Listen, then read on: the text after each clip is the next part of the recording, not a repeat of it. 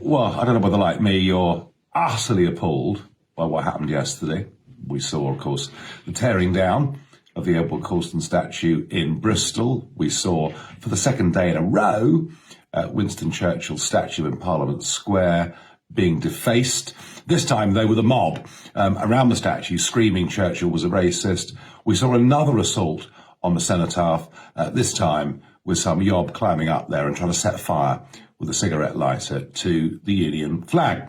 These were just some of the highlights from what happened in the United Kingdom yesterday. It's not as if it was a surprise. After all, this all first unfolded last Wednesday outside the streets of Downing Street when, this Black Lives Matter movement was supposed to be so peaceful and so wonderful. Oh, look at the BBC, they'll tell you what a wonderful organisation it is.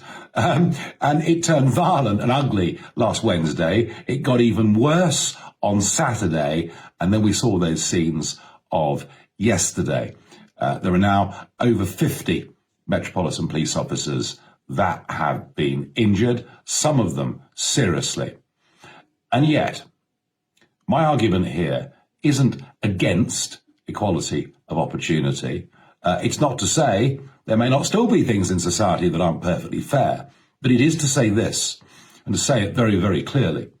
This Black Lives Matter movement is a dangerous Marxist organisation hell-bent on anarchy, and we need to wake up, get some facts into our heads, and understand what it is we're fighting.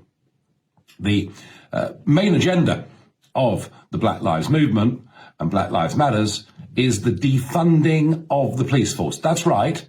They want to effectively close down the established police force in the United States of America, and that's what the key activists in this country want to do as well. They're aiming at a radical redistribution of wealth. They're hinting at assets being taken from private companies and put into the hands of workers. I mean, look, this is a little bit like, the 1917 Lenin manifesto, which saw the communist revolution in Russia. That's the kind of thing that we're dealing with here. And it's very heavily funded. They're not short of money. They got some big backers, Soros, others, some very big backers of this movement who want to fundamentally overturn the norms of society as we see them today. You see, when I see Matt Hancock, Boris Johnson, they're in the House of Commons saying Black Lives Matters, in fact, in Hancock's case, parroting it over and over again, as if to say, look, I'm really one of the good people. This is not an argument about what had happened to George Floyd in Minneapolis. It's not about that.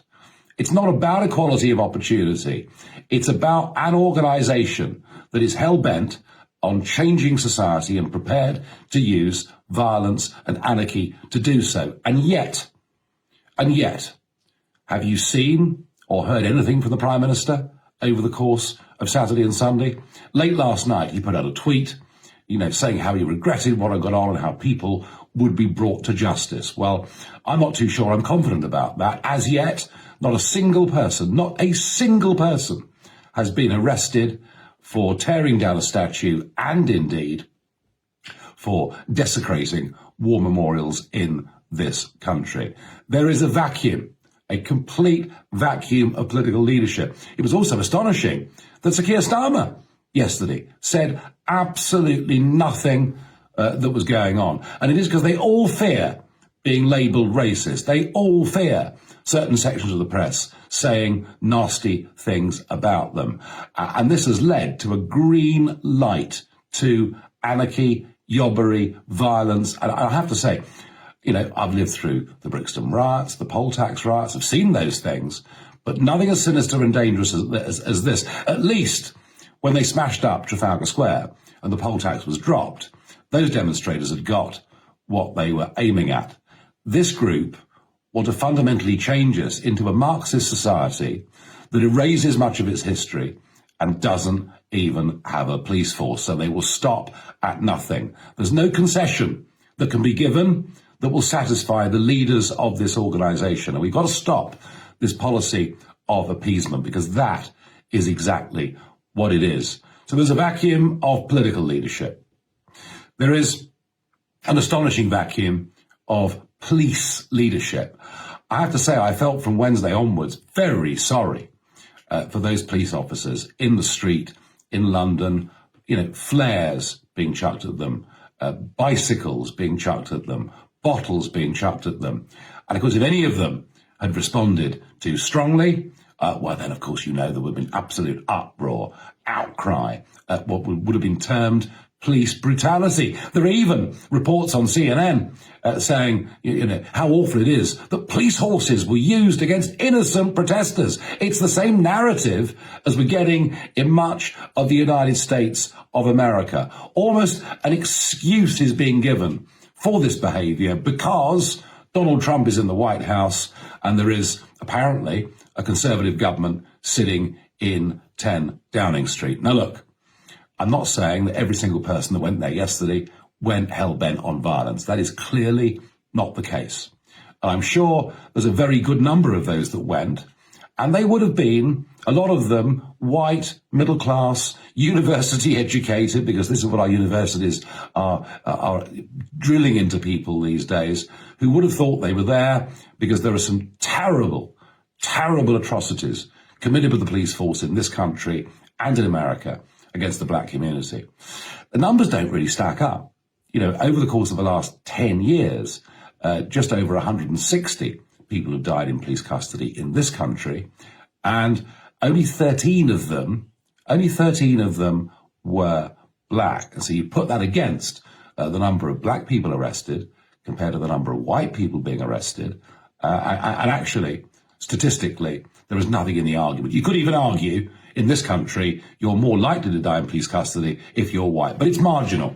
And the point I'm making is the figures in America bear that out too, although I think we all accept there is a much bigger black-white divide in America in every way.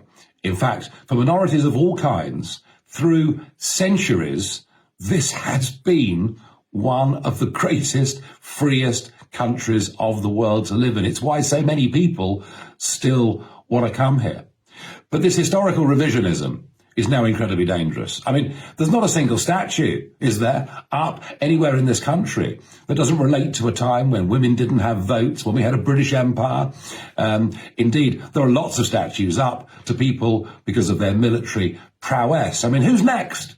Is it Oliver Cromwell because of what happened in Ireland? I mean, there is no limit to this. As soon as you start to redraw, repaint history, you're on a very, very dangerous slope. Cressida Dick, the boss of the Met, despite 50 of her police officers now being injured, some in hospital, said she understood. Yes, last Wednesday she understood why some of them took the knee in front of the baying mob outside Downing Street, because she understood the injustices behind this.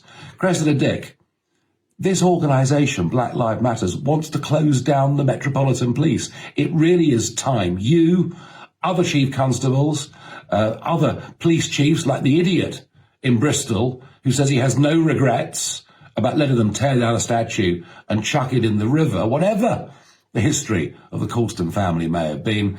It's about time they got up, really, and got real with this. So there's a political vacuum, there is a policing vacuum.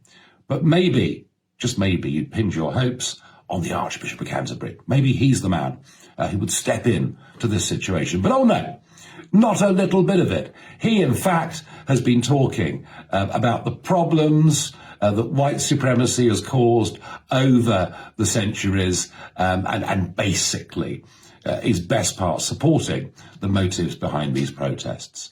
But you see, it's not the motives that are the problem of many of the people doing this. It is the organisation itself and the motives of those that run this organisation. That is where the danger comes.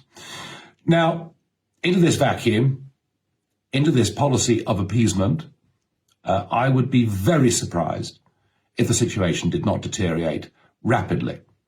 Not only has a green light been given to those who want to go around and smash the place up, but there is uproar and outrage in Middle England. And there will be groups organised, coalescing around some right-wing figures who will want to start taking this into their own hands. Already, We've seen people who want to now go and defend the cenotaph, defend the Churchill statue.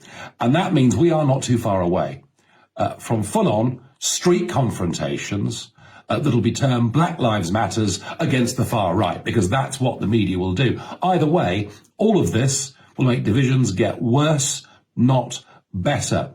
This is now the biggest test of Boris Johnson's political career.